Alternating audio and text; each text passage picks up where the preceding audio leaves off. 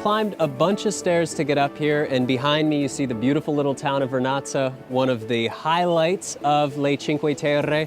This could quite possibly be one of the most beautiful viewpoints in the world. So this is the perfect opportunity for me to talk about a few tips regarding elevation and how elevation changes your perspective on the subject. Now, a lot of photographers that are getting started with this type of work believe that the higher up you go, the higher your elevation, the better the view is going to be. Well, that's simply not true. Sometimes the higher you get, the more it spreads out the subject matter and actually spreads out the environment. Imagine you're in New York City and you go up to the highest point of the highest building and you look down. Suddenly, you're only looking down at smaller buildings. There is nothing at your level or higher up. Instead of going to the top of one of those buildings, now imagine going to the 40th or 50th floor. You'll have buildings that are smaller, buildings that are taller, and buildings that are at your level. So it'll create this great distribution of different heights and different elements that spread the scene out and make it really, really cool. I remember years ago when I first went to Myanmar and to the little town of Bagan, where all of the temples are, this big temple structure, very, very famous location for photography. And there's this one really, really big stupa that has 4 different levels, and it's sort of been dubbed the sunrise spot. It's basically where everybody goes to get those really iconic balloon photos in the morning. When I got there, I was a little bit late, and as the stupa gets higher, the 4 levels actually get smaller. So it starts with a big base, and as the 4 levels go up to the top, there's only really room for about 16 people. When I got there, the top was completely full. It seemed like every photographer in Bagan was crammed to the top of there to try to get the shot. So I quickly went up to the top, and I looked out, and I decided that I actually liked the view 2 levels down. And I was the first one to set up 2 levels down instead of 4 levels up. The reason I liked it is because as I got too high, it spread the landscape out too much. I could see over all of the other pagodas, but nothing really had really nice parallax. There were no layers anymore. I was just high above everything looking at an aerial view. But when I went down to the second level, I had some stupas that would overlap other ones, and it compressed the landscape enough to give a good sense of scale and distance. So in this scene in particular, I really like the way that I have scale and distance because I have some overlap. The tower in Vernazza actually overlaps the mountain, and I get a good distribution of foreground subject, mountain, and sky.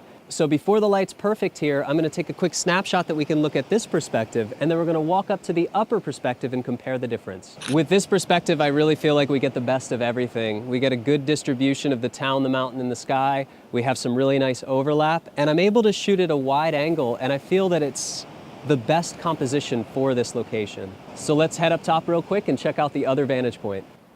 So we've ascended probably about 50 more stairs to get to this higher level looking down on Vernazza. And this was the alternate shot that I was talking about that's a little bit higher up that shows the town in a little bit of a different fashion. So I'm going to take a shot real quick so we can take a look and compare the two together.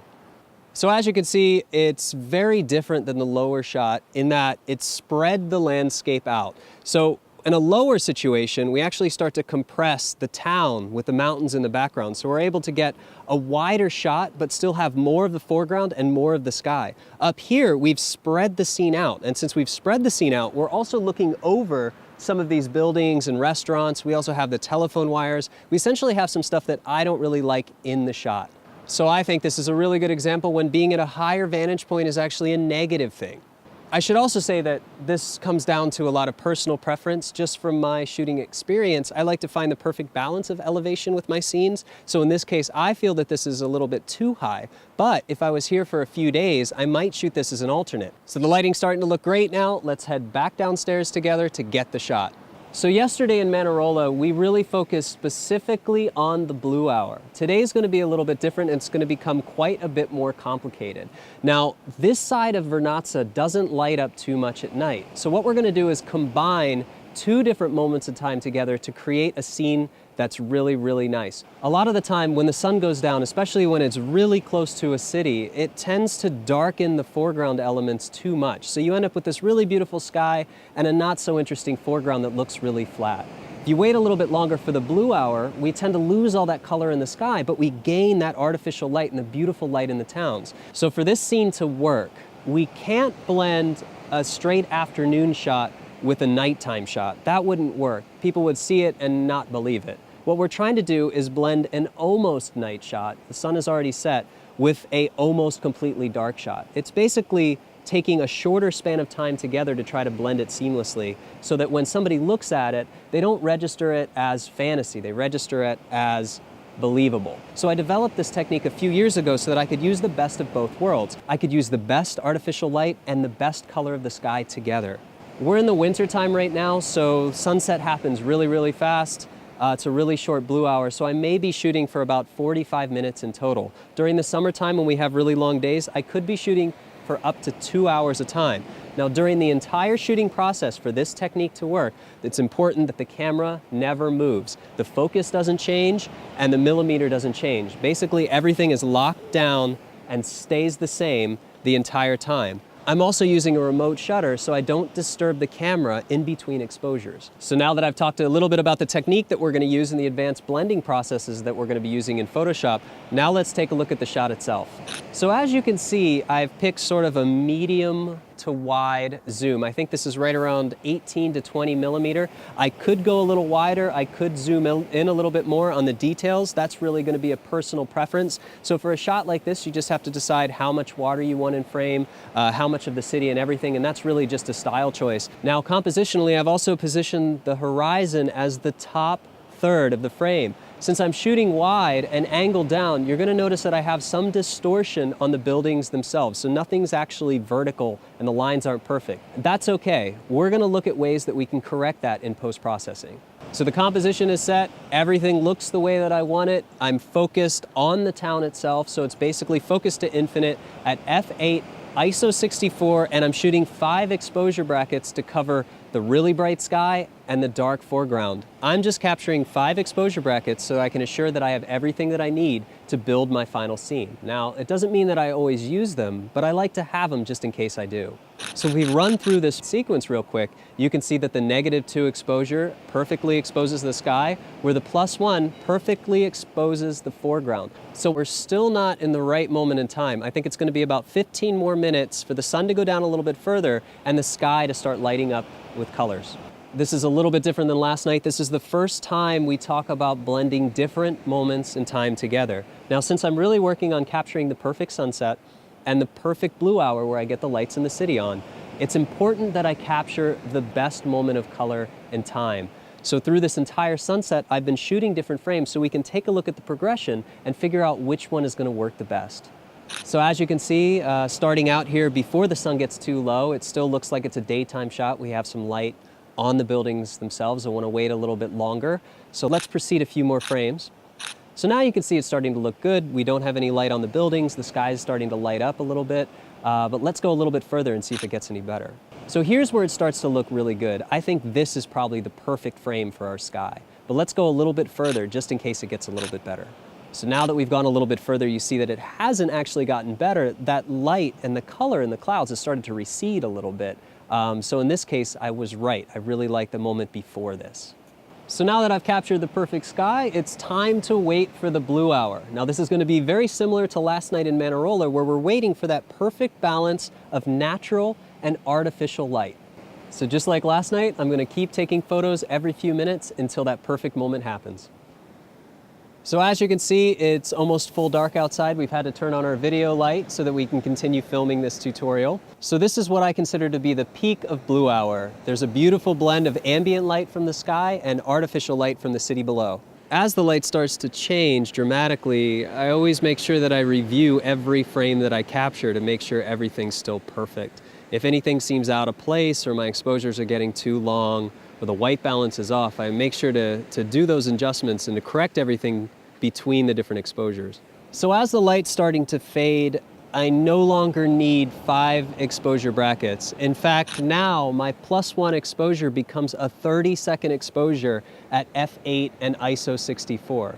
So a lot of photographers might be tempted to start raising the ISO here to compensate, but I don't like to do that. I want to make sure I get the cleanest, most grain-free image possible. So instead, I'm going to disable the 5 exposure brackets. I'm going to switch it to 3 exposure brackets, but I'm also going to do one more thing. Since I still want a -2, I'm going to EV shift to -1. So if I EV shift to -1 with 3 exposure brackets, I'll get a -2, a -1, and a 0, so that I can still compensate with the -2 and capture the highlights of the city lights and also have a good median exposure at a neutral 0.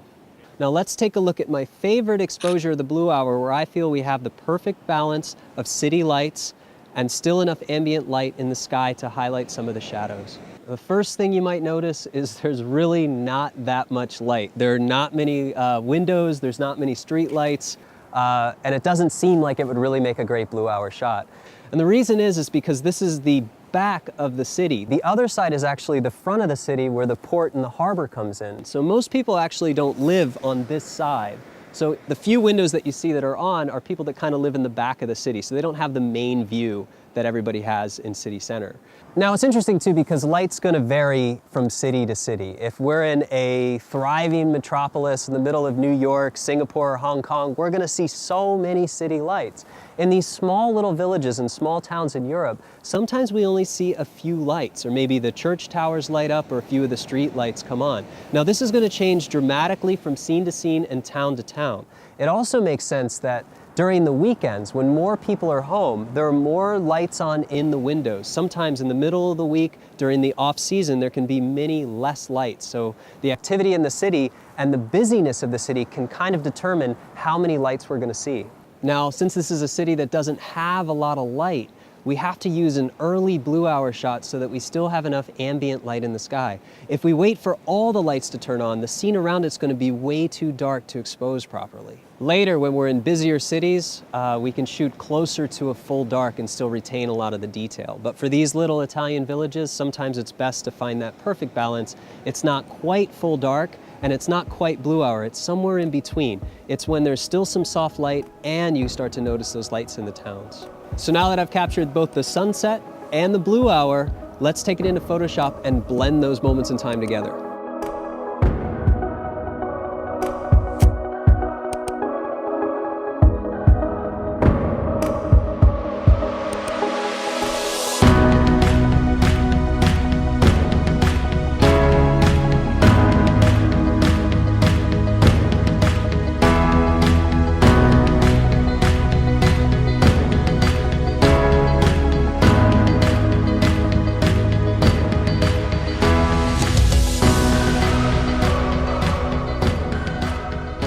Once again, welcome back to the post-processing studio. This session goes in tandem with Vernazza. Remember, in Vernazza, we were on this beautiful high overlook, looked over the back of a very beautiful town and showed the mountain and all the water and everything. During that lesson, I also went a little higher up to examine that the higher point wasn't necessarily the best point. And then once I set up on my composition, I picked something fairly wide and I shot all the way through the sunset and the blue hour. Now this is a really special post-processing session because it's the first time we're going to start working with what I call moments in time.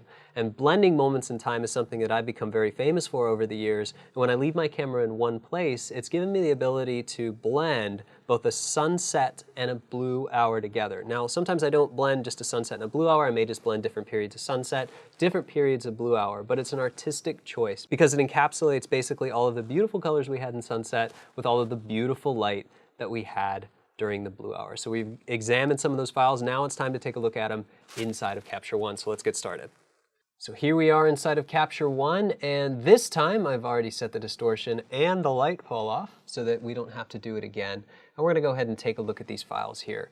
So essentially this one, and I haven't given you guys all the exposures, I was shooting 5. This is the 0 exposure, this is the neutral exposure, this is a -1 and a -2. This one is shot much later. So you can see the lights have turned on, the sky has gone completely flat into just a really pale, boring blue hour sky. But here we have a sky that has some nice color, though it needs to be brought out a little bit, and some nice texture. So essentially, the goal for this is to combine this shot here for the peak of the sunset sky, but add the lights in the blue hour. So I know at first, this is the first time we've done this, it may seem complicated, but I'm going to walk you through it step by step, and you're going to see just how easy it actually is. The first thing we need to do is establish our base. So in order to blend multiple moments of time together, we first need to establish our base, and we're going to do that by first addressing the sky. So even though I shot 5 exposure brackets, we can see that the sky here is a little hot. And if I turn on my clipping here, you can see that I am missing some data in the sky. So this is a little bit tricky because even the -2 exposure has some blown out issues of the sky. So I'm going to have to do some highlight recovery.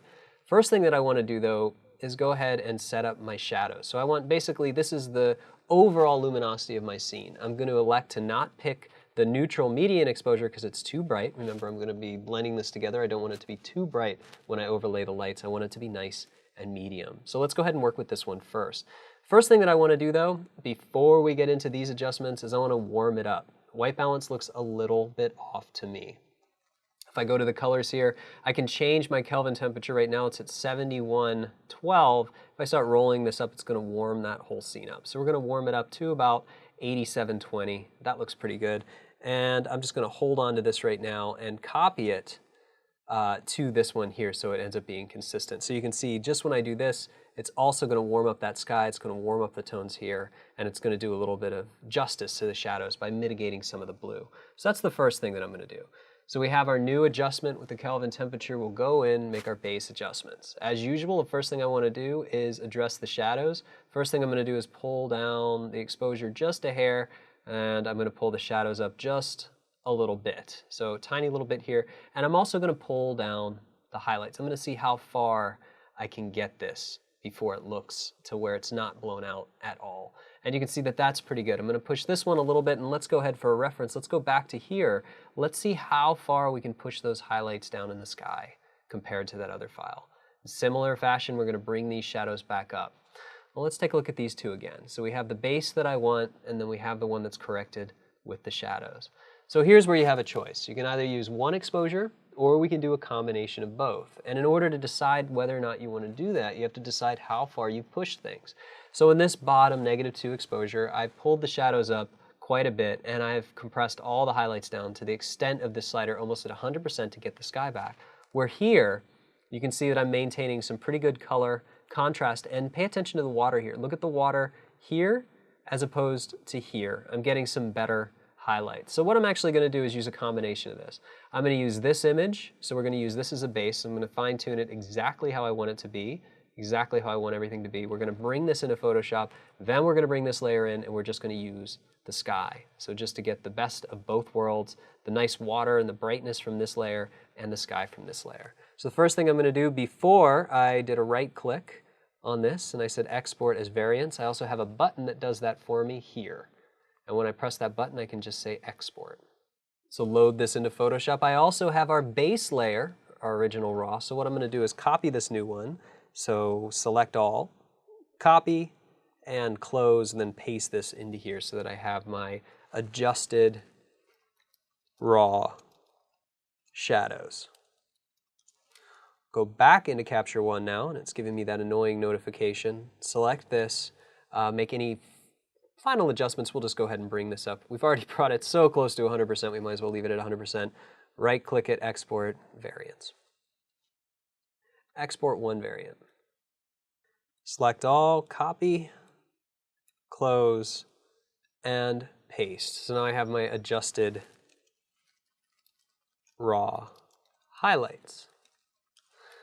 Now this may seem nitpicky, but if we really zoom in on the detail here, the layer that I brought in the first adjustment actually has a little bit more tonality throughout. So it has some generally less artifacting than if I would have pushed a raw file a little bit further. So it may be negligible to you, but in this case I just want to show as long as things are pretty close together, we can actually blend this without using any complicated masking. And what do I mean by no complicated masking? Well, let's start with something simple like a gradient mask. So I'll go ahead and put a mask on the layer, select the gradient tool, and since my palette is black to white, it's going to draw from black to white.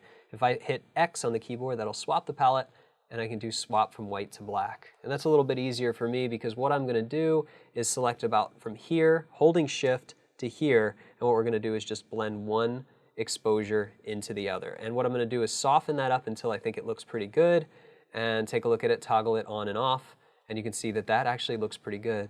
May want to paint out a little bit of what it's doing to the mountain here, just a little tiny bit. But for most cases of what we're doing, it's pretty much layering something right on top of itself. The sky didn't move at all, but what it's done is it's given us a little bit more of a powerful sky to work with. Right now the sky's still a little bit flat. We're going to do something to fix that later, but the first thing that we're going to do is go back into Capture One and we're going to start working with the blue hour. So now that we have the base blend, let's go back into Capture One. Clear that annoying notification that's always up there. And let's take a look at this blue hour scene. So right now you can see this looks like a sunset. It's very flat. The sun's already gone down. We have color in the sky, but nothing's really going on.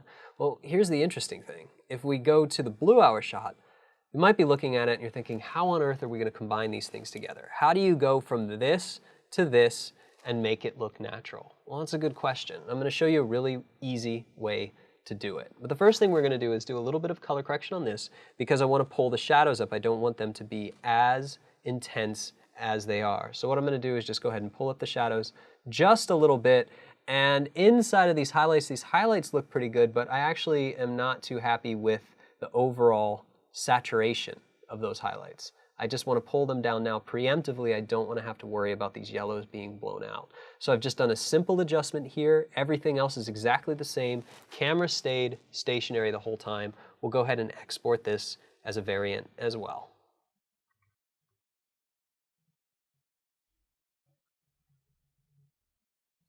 Now that this layer is inside of Photoshop, I'm going to bring this layer in as well, put this on top, and we're going to call this Adjusted Raw Blue Hour. We're just going to try to stay organized right off the bat, whole time. So I've gone from here to here.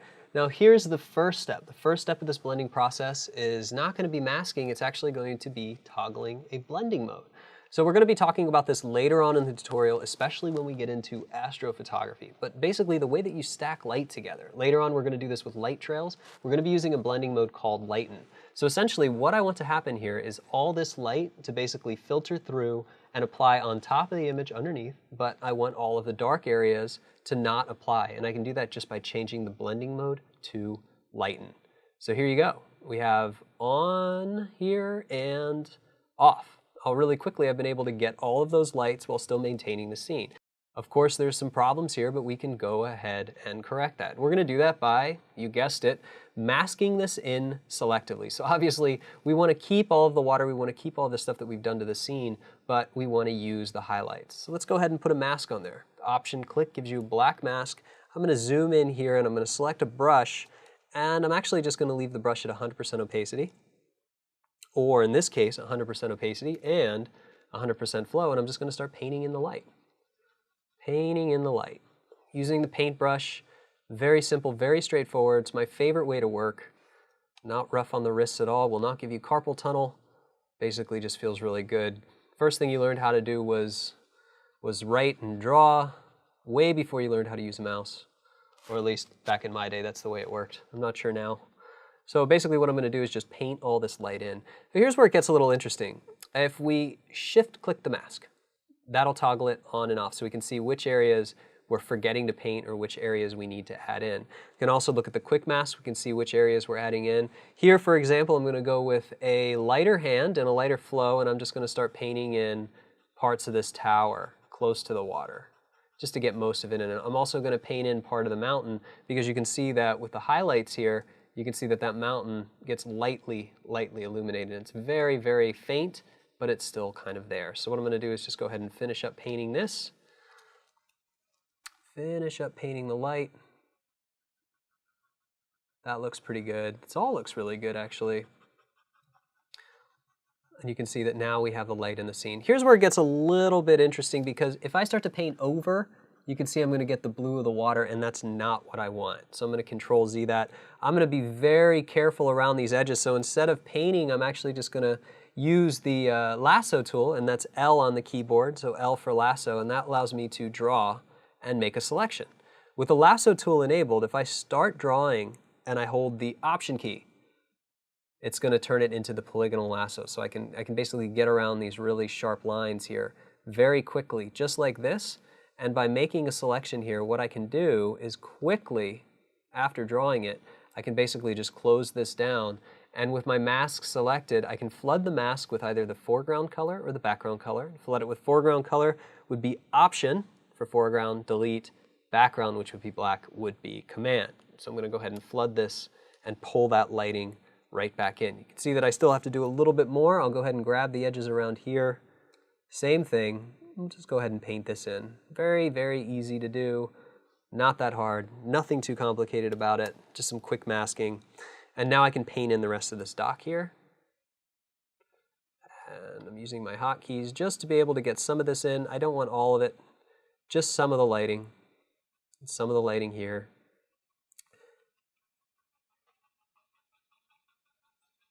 It's actually kind of a fun process. Night for day, day for night, blending the two together.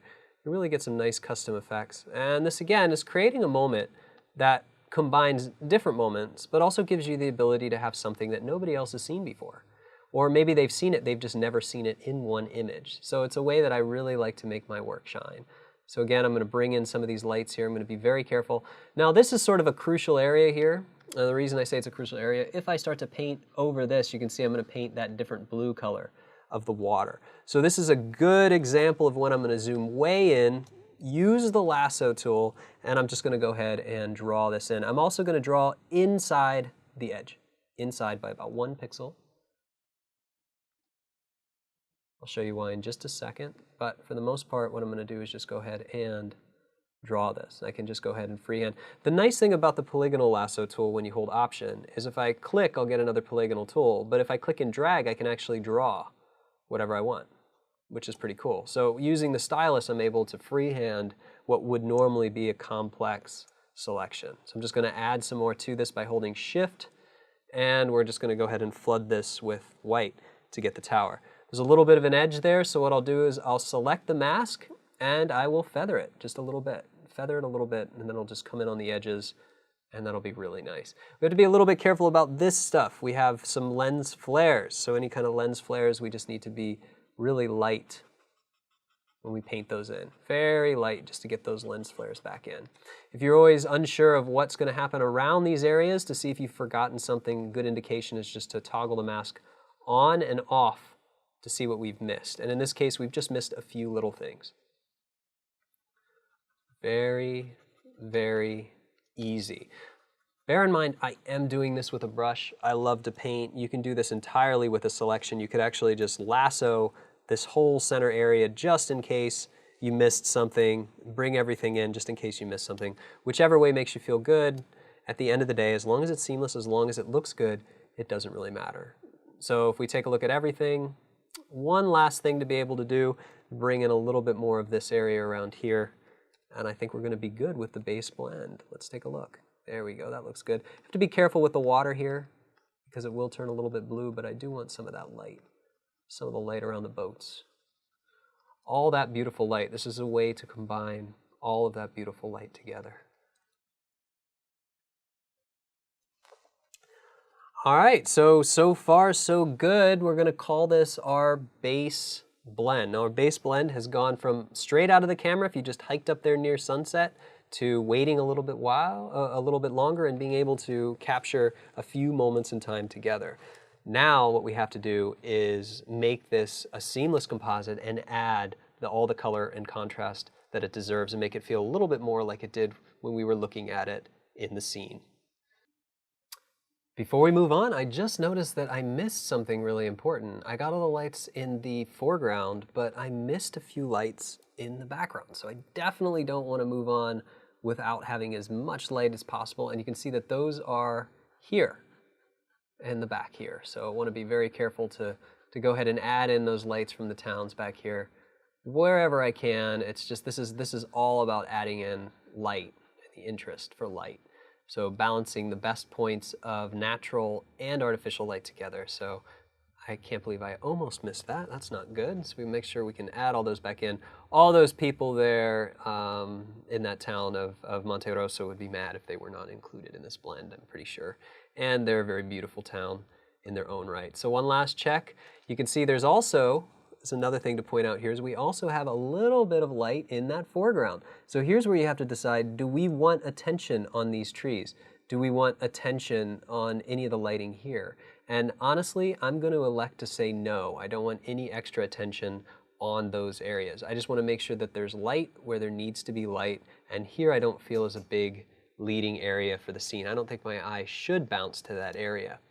After this, now that we've gotten all the light in the scene, this is where I would typically change and fix the distortion. So remember the shot of Manarola that we looked at, that first one, that first Blue Hour shot? Since I had the camera tilted up, everything was, or since I had the camera tilted down as well, everything was tilted out just like this. So in this case, I've done like a 70-30% horizon shift.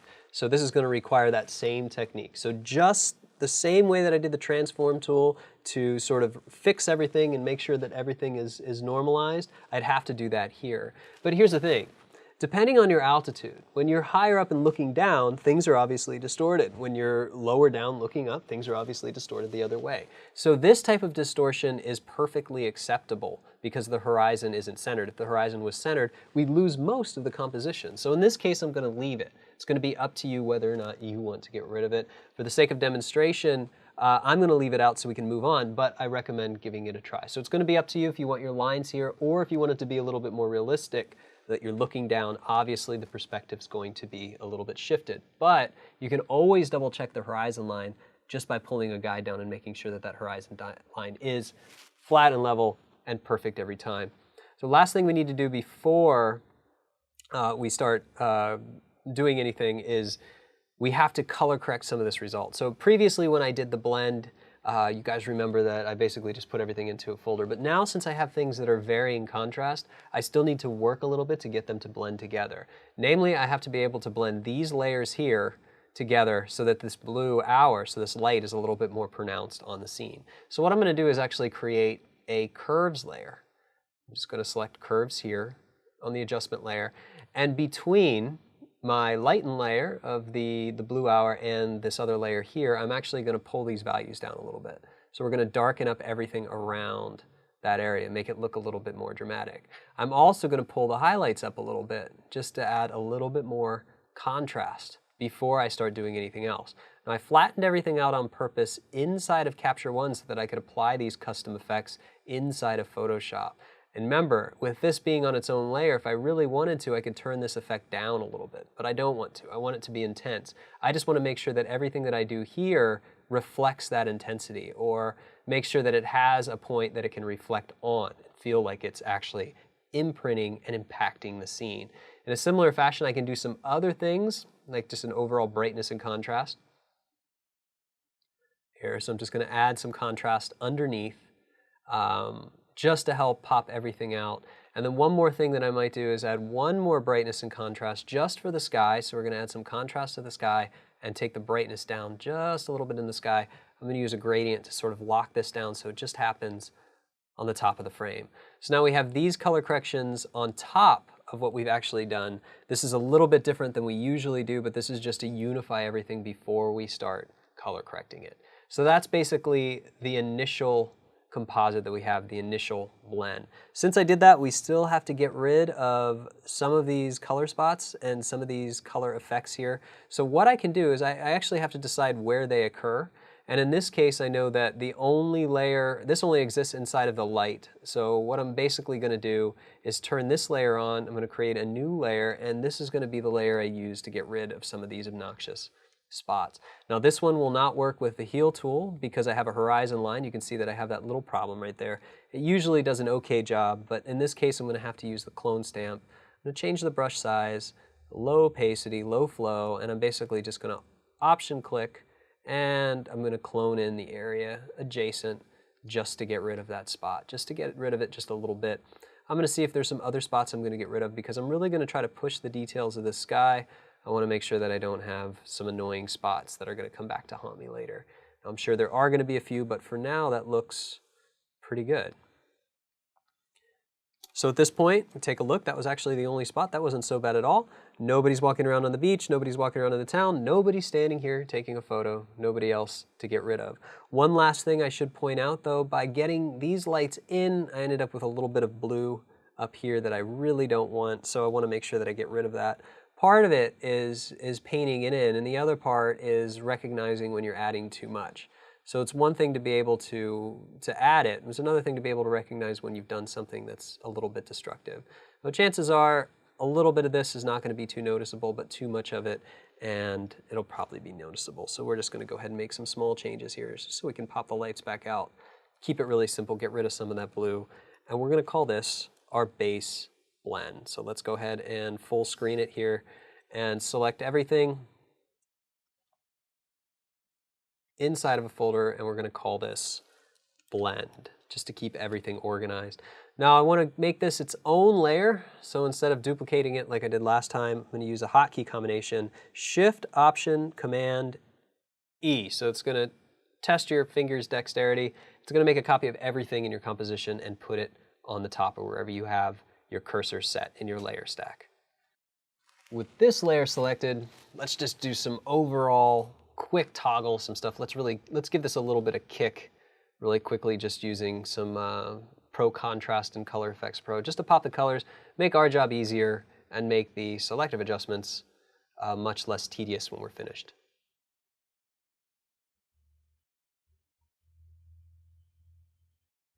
Processing. Pro Contrast was already enabled. Here we go. Let's add some more contrast. I brought the contrast down, but basically what this is going to do is just add it back in. So there's two things that are happening here. I went out of my way to darken the layers underneath, add contrast because I wanted to basically neutralize my blending point so it was seamless to begin with. By adding global corrections on top of your composite, these images that you've already put together will unify them even more. So I may have taken some of the contrast and the variance out of it or added some where it wasn't there before, but doing this will actually unify it back together. So just by correcting the contrast here, I can start to unify both of those layers. You can see it's adjusting the highlights layer and the layer underneath. I don't need to protect the highlights this time. That was by default.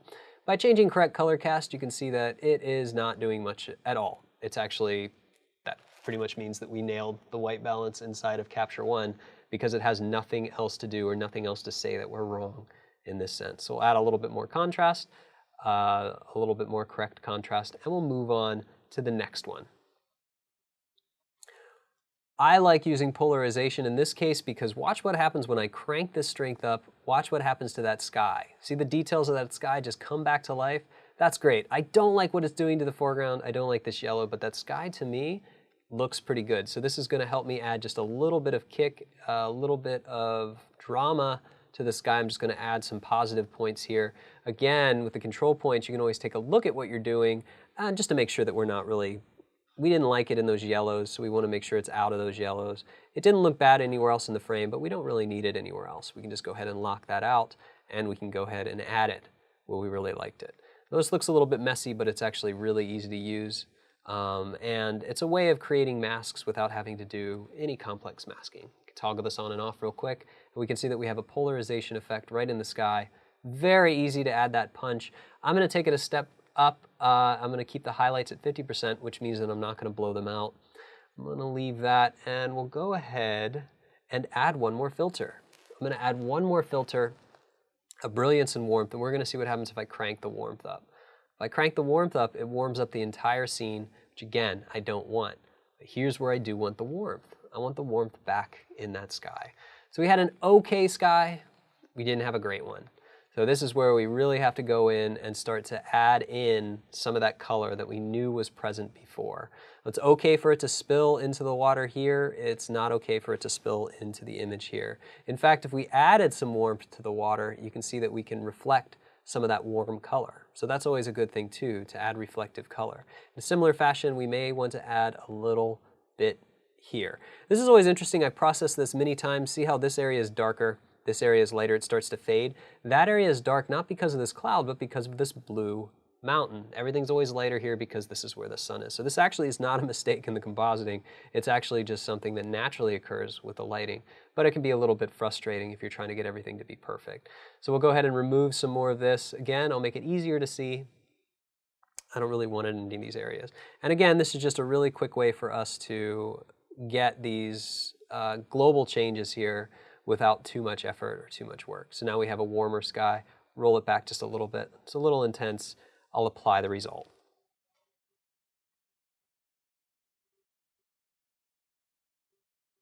That's starting to look really great. Let's go ahead and toggle it on and off. Let's see what's happening here. I love it. I think it actually looks really good. Let's keep that for now. And let's just go ahead and rename it CEP for Color Efex Pro, and we'll just call this Contrast Cocktail, so we know that that was there. This layer here underneath layer 2 is redundant. We don't need that. That just makes up the other layer. This will keep the file size small if you keep organized to begin with. That makes up the global adjustments for Color Efex Pro. Everything else that I want to do is going to be manually. I'm going to do this manually with some color corrections. So the first thing is we're starting to look a little bit more of a convincing overall scene. Our tonality looks pretty good, everything looks pretty good, but now I want to focus specifically on a few key things. Right now, this could be a post-sunset where we have this hot light in the sky.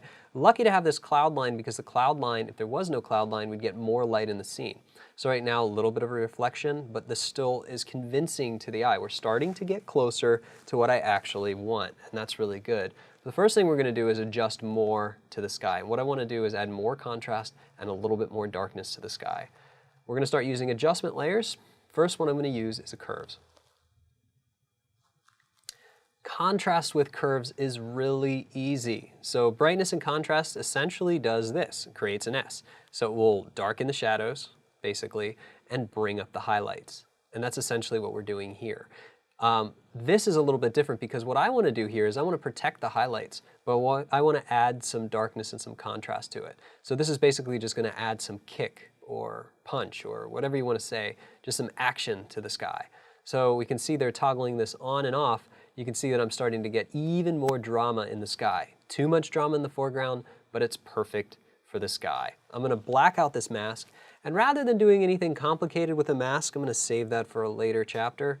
I just want to focus on doing this with a paintbrush. I'm going to use a flow of maybe 20 and a very soft brush. You can see that, remember, with a stylus I can change this, and I'm just going to start painting this contrast in. That's all. It's painting this in. Really nice. Very easy. Even if I overlap the mountain, I'm not too concerned about it. Maybe even bring it down a little bit more. That looks really starting to look really good. So now I have that selected. We can see on and off. Might want to add a little bit more over here.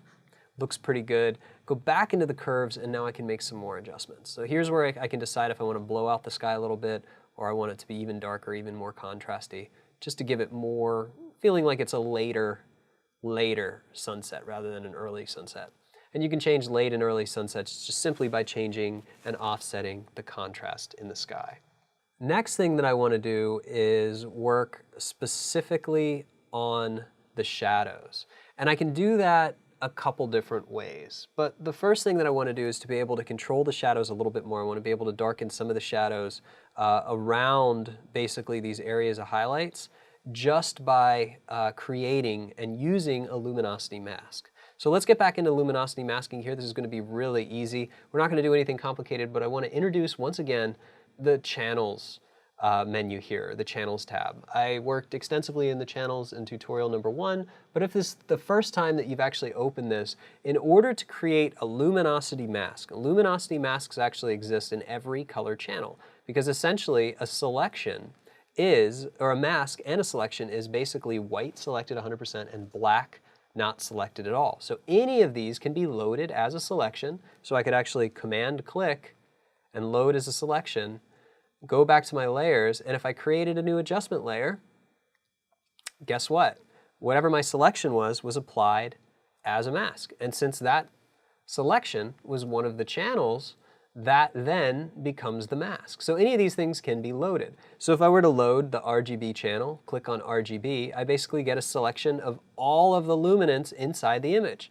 If I click on the mask button here, you can see that I get a representation of that. So this is all the RGB in the entire scene. It's pretty cool. Basically white is 100%. That's obvious because that's the white in the image, and black is black. That's pretty easy. But if I wanted to reverse this, Command I for invert, I can do the same thing. I can say here's a mask for the shadows. Here's all the shadows that I have. Here's the highlights. So this is the way that I can protect the highlights. So if I load this here, what I can do is load this. And what I'm going to do, though, to keep it one level of even more organized, is I'm going to add it to a folder. And that folder is going to have the shadow map.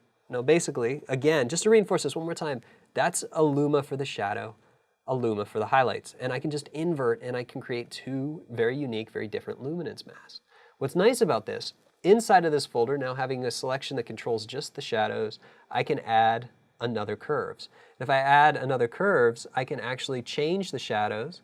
You can see the shadows. I can bring these things up and add more contrast in certain areas. So now what I'm doing is I'm adding contrast in the shadows while protecting the highlights. So my highlights actually won't be affected at all. Everything around the highlights will be affected. Well, this is really powerful because it gives me the ability to set something that I want. So let's say I want to set the tonality of how this town is going to look here. Well, that's all applied inside of this folder. So if I black out this mask, then I can paint this adjustment selectively. So just inside the town here, I can go ahead and brush this in. And you can see as I brush this in, it's basically just going to bring this effect into the town. And if I toggle it on and off, you can see that now I'm getting more of that contrast. I'll make it a little bit more dramatic so that you guys can see the result. So darken and then actually lighten a little bit, and it's actually going to cause contrast, more contrast just in the shadows selectively. So what I can do is just go around these areas of highlight and I can add more contrast selectively to my image. And it works really good down here because this, by adding more contrast, we can add a little bit more drama to the image. Very, very easy to use. Very, very easy to use. And we'll go ahead and back this up a little bit. And you can see that I can toggle this on and off. So basically I can just recreate custom amounts of dark contrast in my image. It's very cool. Well, that was what I was using with a shadow luminosity mask, basically, a shadow matte. But I can do some other things that are pretty cool here. I want to do a few color adjustments to this, but really what I want to focus on is getting the contrast right in the scene. But I also want to add, let's say, some red to the sky. Well, right here you can see that I have orange and I have blues, some light purples, different tones, but I have these clouds here that look like they really, really wanted to turn red. Well, let's see if we can isolate those clouds the same way. We'll go back to channels and where these clouds were almost red, so we'll take a look at the blue channel, not really selected, green channel. We're getting there, but check out the red channel. Oh, look at that. Now this is starting to be sort of a selection. You can see that almost these clouds are selected, all of the red, but nothing else is selected. So I'm going to load this. I'm going to load the red channel. Go back to layers, create another folder, and I'm just going to call this reds. So we'll call this red luma. I'm going to call this one shadow luma. And in red luma, let's grab another curves layer. And you can see that now if I do this, it's going to blow out just my reds. Everything else is going to be pretty much intact. Here's where it gets fun. I don't have to use just the RGB channel. I can use the red channel. If I were to add more red to the red channel, look what happens to those clouds. They start to turn pink on top. It's pretty cool. So let's go ahead and add a little bit more pink. Now, this is a global toggle here, but what I want to do is actually just add pink selectively. So what I'll do is go ahead and with this curves enabled, I will draw and fade this out so that you can see I add pink just to the top of the sky. Well, that's looking really nice. I may want to add pink in different parts of the image, but I'm not really sure. If I toggle this on and off, you can see, no, it looks like I could maybe add a little tiny bit to the water just to bring it up, just to change it just a little bit. So we'll go ahead and bring a really light brush in and I'll paint a little bit of this pink, just a little tiny bit. Just so we can complement those highlights. So we have the pink from that, pink's happening, and a little bit more color happening over here. Well, that looks pretty good. Might want to roll it back just a little bit. Sometimes it's easy to go a little bit overboard. I don't want to clip any of those values. I just want to have nice, vivid colors.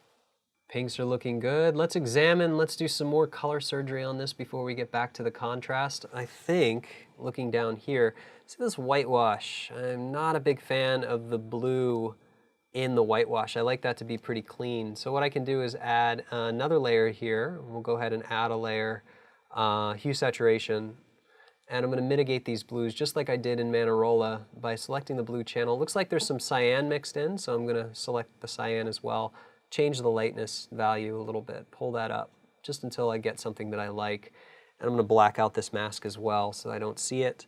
Select the brush again, smaller brush, definitely a smaller brush, medium flow.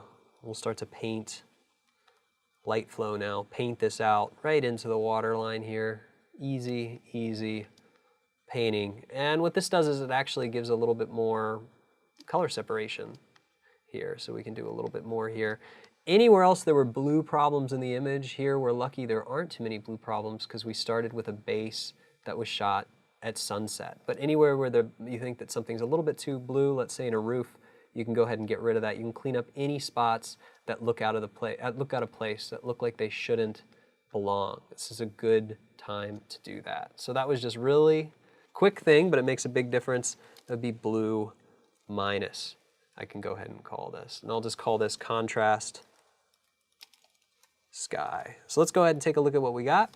That's starting to look really cool. What I might want to do is put something over top of all of this, maybe a brightness and contrast that just adds a little bit of contrast overall just to unify it one more time. I also think that my shadow luma is a little bit too much in my curves. I may have brought that down too much. So what I can do to compensate is I like what I've done to the town here, but I can add another curves layer in the shadows and I can compensate it just a little bit by bringing those shadows up. I'll go ahead and lock in the highlights. And you can see that now I've brought the shadows back up. With the shadows brought up, I might only want them to be in the bottom of the frame, so we'll go ahead and fade that off until we get to the top. So here we go. Now I've managed to recover some of those shadows and not make it a little less dramatic, just so I can pull the viewer back in. But I still have the contrast here on top that I really wanted. You can even reorder these and keep them very organized. Nice thing about having your luminance mask, your luminosity masks, or just luma keys, I call them, on the folder is you can put multiple things inside the channels. Now obviously this is all looking really good, but we haven't talked about sharpening. So we can either go into Color Effects, or not Color Effects Pro, sorry, we can do a different sharpener, which we're going to start using a little bit later, Sharpener Pro, or we can just do the simple answer, which is duplicating this layer, going up to Filter, Other, High Pass. High Pass, you know, for 36 megapixel, I prefer 3. Set this to Overlay.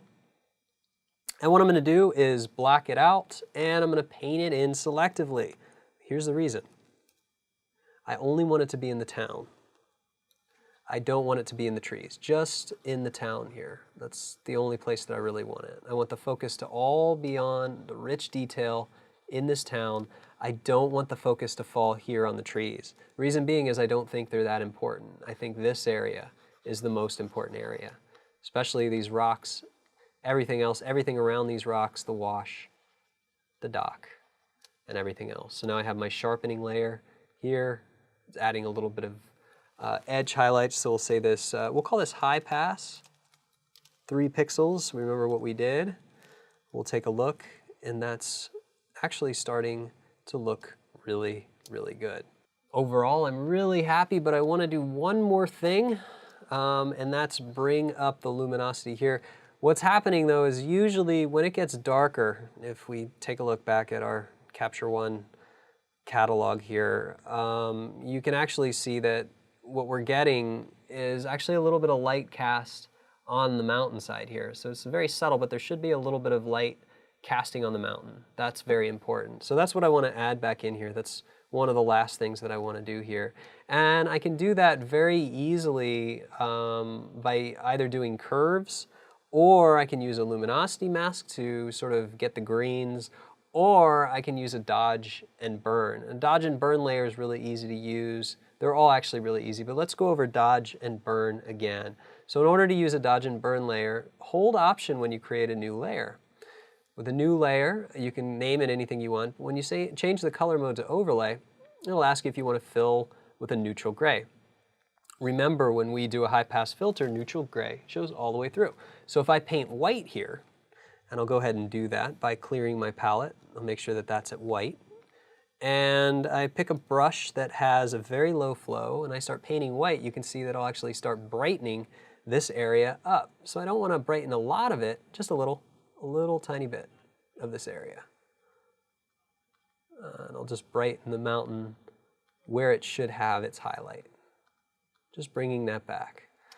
In a similar way, if there's anywhere in the town that you feel should be a little bit brighter, now's the time to dodge it. We can actually dodge this building. This is where you can start to change, push and pull some of the contrast where you feel that the lighting should represent more of the scene. Well, when you get closer to nighttime, you have the light, but then you have the light that's affecting the shadows and the buildings around it. Since we blended this over a day shot, we really only have the light. We don't have as much of the effect of light, if that makes sense. Now I'm painting white over this layer, but if I change it to black, I can actually burn as well. And you can see that I can burn or darken certain areas. In this case, I'm not going to burn too much. I was just going to add a few more highlights and a few more little details. Again, I'm going to go in just a little bit more. I want that to be a little bit brighter out here. Just a little bit. That looks pretty good. This would be a good point to go in and see if there's more spots in the sky, or if I need to add any softening, or if there's any areas that are blown out. If I manage to blow out certain areas, I can be really careful, because sometimes by adding too much in the curves, you can see that I'll lose value. So I just have to be careful, add just a little tiny bit here without going overboard and over color correcting that sky. So we take a look at this now, that's looking pretty good. Now there's a few more advanced things I want to get into later on, in more tutorials, but this is really good. This was a very successful blend. Now take a look at this. This is where it's very impressive. Before we know it, we started really simple, but look at all these layers we have. It's already getting very, very deep as far as a composite goes. Original raw, straight out of camera would have looked like this, but then we were able to take it from this to this, which is just extraordinary. So this is where we can start to create our own style of art and our own unique images that people will never see again. So it's a way that we can freeze multiple moments of time and create something truly unique and truly special. So congratulations everyone, we've just successfully blended our first thing that combines multiple moments in time together, and we're only a few lessons in. So there's plenty more where that came from, and I'll see you next time.